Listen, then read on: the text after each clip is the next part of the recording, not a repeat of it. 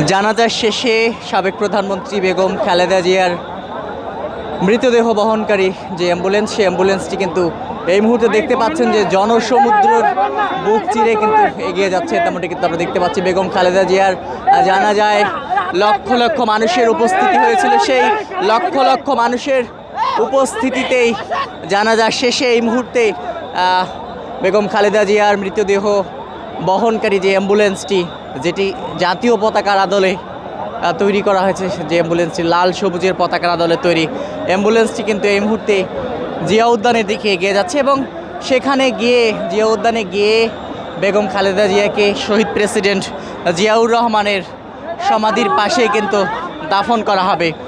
এই মুহূর্তে আমরা দেখতে পাচ্ছি যে বেগম খালেদা জিয়াকে বহনকারী